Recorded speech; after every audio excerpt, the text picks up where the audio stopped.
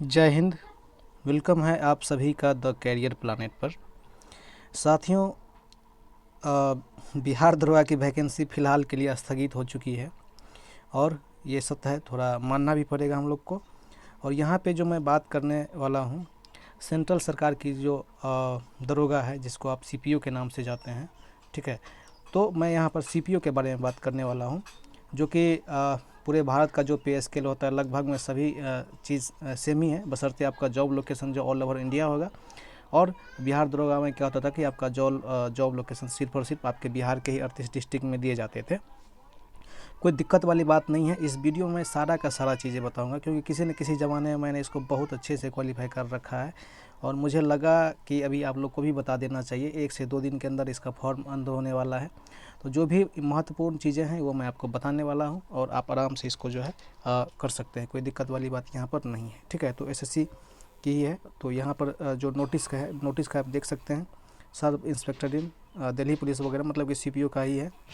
यहाँ पर देखिए कुछ इंपॉर्टेंट्स डेट्स यहाँ पर दिया हुआ है, लिखा हुआ है कि एप्लीकेशन जो है कब से आप जो है स्टार्ट करवा सकते हैं।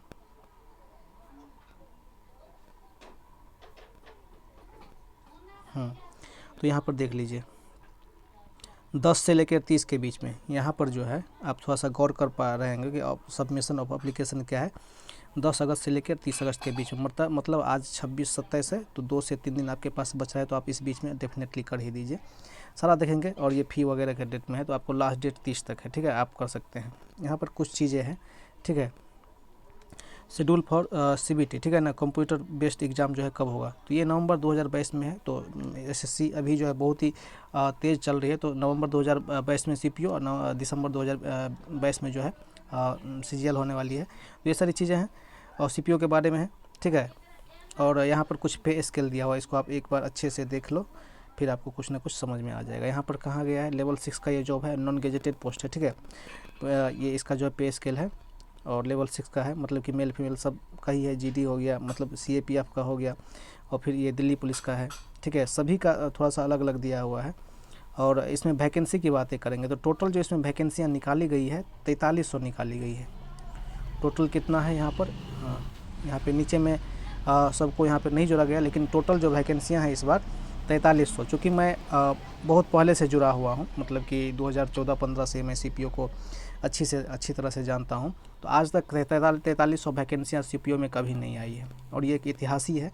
इसीलिए इस पर जो मैं विशेष फोकस कर रहा हूँ, ये बहुत ही आप समझ रहे होंगे मेरे बात को। 4300 वैकेंसी अभी तक के इतिहास में मैंने नहीं देखा है कि हाँ 4300 वैकेंसी आई हुई है सीपीओ की।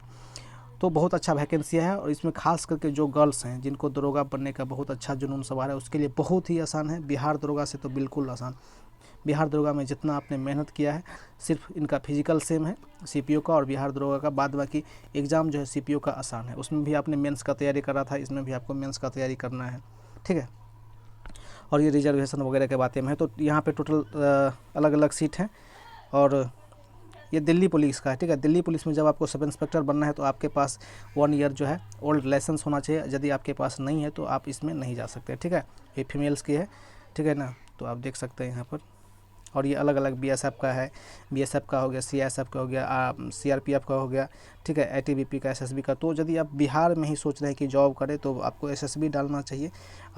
90% उम्मीद रहता है कि आपको बिहार में मिल जाएगा, ठीक है।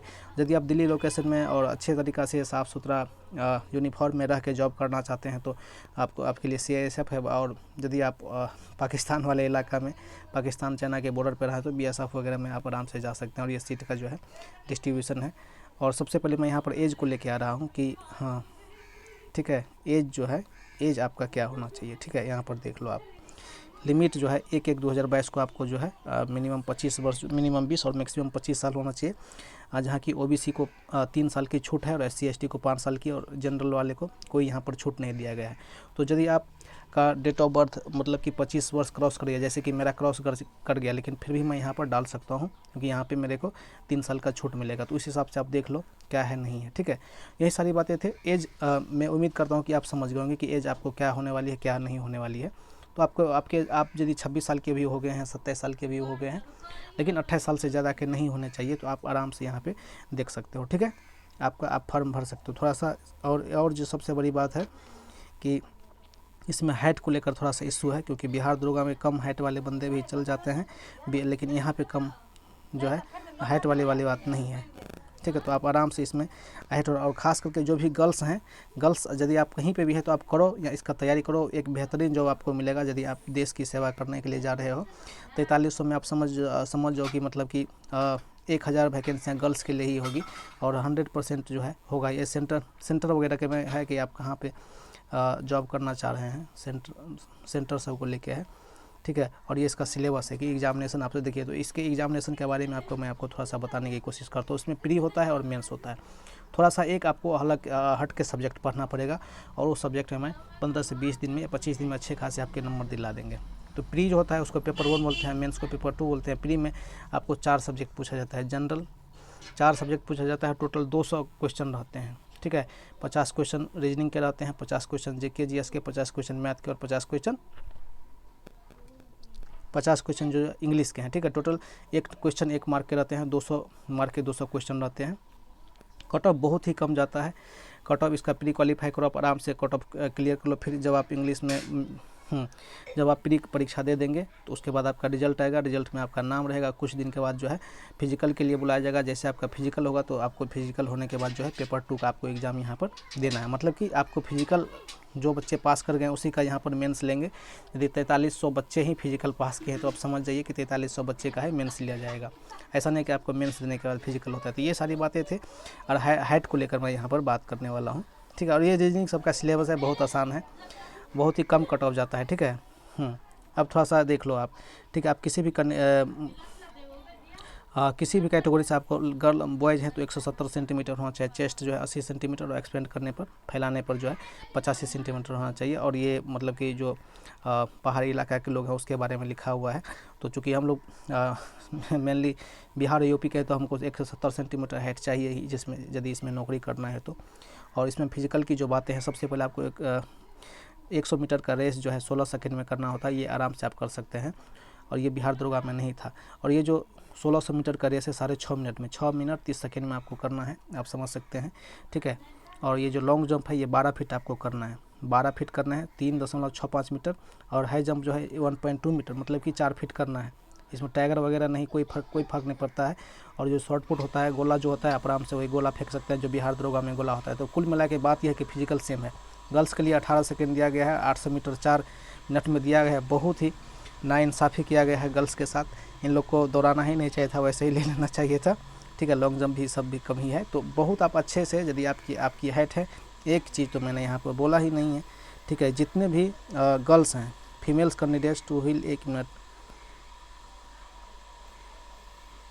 मिनट, थोड़ा सा गर्ल्स के हाइट को लेकर मैं यहाँ पर नहीं बता पाया था।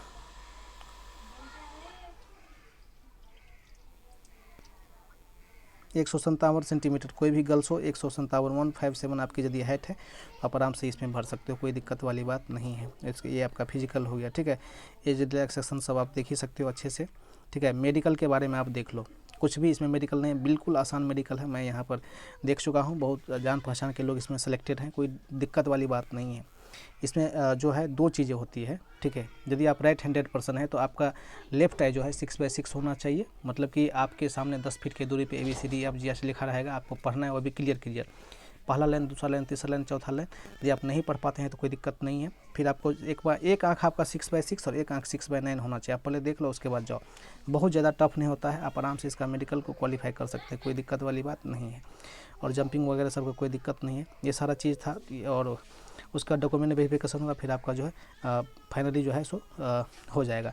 इसके एग्जामिनेशन पहले प्री होंगे, प्री के बाद आपका फिजिकल होगा, फिजिकल के बाद मेंस होगा, मेंस के बाद जो है आपका डॉक्यूमेंट वेरिफिकेशन हो जाएगा। अब इस तरफ से जो है, हाँ, पोस्ट प्रेफरेंस है। पोस्ट प्रेफरेंस आपको इस तरह से देना है। जब आपको दिल्ली पुलिस चाहिए तो आप ए डाल सकते हो, BSF चाहिए तो बी डाल सकते हो, CISF चाहिए तो C डाल सकते हो। मतलब कि इसमें जो अलग अलग पोस्ट है तो अलग अलग आप डाल सकते हो, ठीक है। सबसे बेस्ट पोस्ट दिल्ली पुलिस का ही होता है। और बात रहे सैलरी का, तो बहुत ही बिहार दरोगा से अच्छा सैलरी आपको मिलेगा, और जॉब सर्विस भी ठीक ठाक ही मिलेगा, कोई दिक्कत वाली बात नहीं है। तो यदि जुनून है नौकरी करने का कि हाँ चलिए दरोगा बनना है, तो आप यहाँ पे माथा लगा सकते हैं। और आप समझ सकते हैं कि कितना भारी कंपटीशन होगा। जब हम बिहार में थे तो सिर्फ और सिर्फ हमारे बिहार के 38 ज़िले और कुछ 10-5 बच्चे राजस्थान, यूपी, हरियाणा, दिल्ली, गाज़ियाबाद वगैरह से, मध्य प्रदेश से आके बनते थे, ठीक है। लेकिन यहाँ पे हमारे पूरे ऑल इंडिया से जो है बच्चे यहाँ पे फॉर्म फिलअप करते हैं, बनते हैं, उसमें से आपको स्थान बनाना है।